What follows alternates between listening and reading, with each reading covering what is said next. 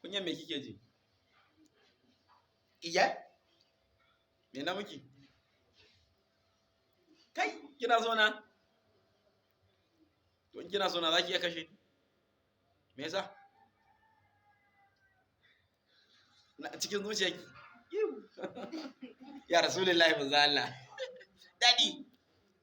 Ina cikin zuciyarki. Kin burge ni. Yanzu kuma na ce ki zaki akan soyayya? Zaki iya kona gidanku saboda soyayya ta? Eh mana. Ba kya so na kenan. Zaki iya bankawa gidanku wuta? Eh?